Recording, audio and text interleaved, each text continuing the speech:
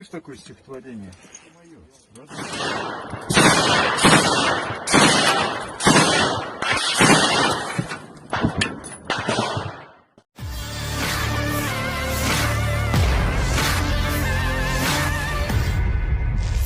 Pertempuran Rusia dan Ukraina yang semakin memanas kini memasuki bulan ke-10. Di Kherson kembali berlangsung aksi saling serang antar kedua negara bertetangga ini. Rekamannya ramai beredar di media sosial Telegram pada Selasa 1 November 2022. Tampak salah satu militer Rusia dengan sangat sigap menyiapkan peluru dan senjatanya. Angkatan bersenjata Rusia kemudian menghancurkan militer Ukraina dengan tembakan akurat yang diluncurkan dari dalam parit. Sejauh ini selama invasi berlangsung, Rusia secara total melaporkan 328 pesawat Ukraina, 167 helikopter, 2.393 kendaraan udara tak berawak, serta sistem rudal anti pesawat dieliminir oleh pasukan Vladimir Putin.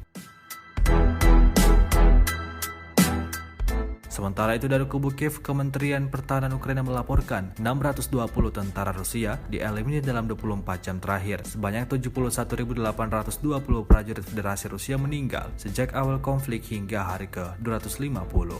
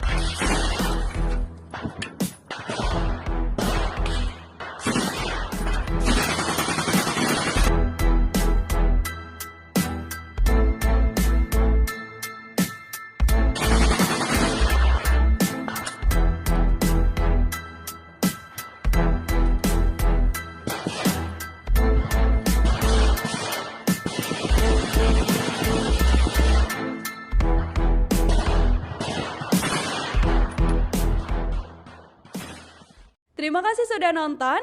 Jangan lupa like, subscribe, dan share ya.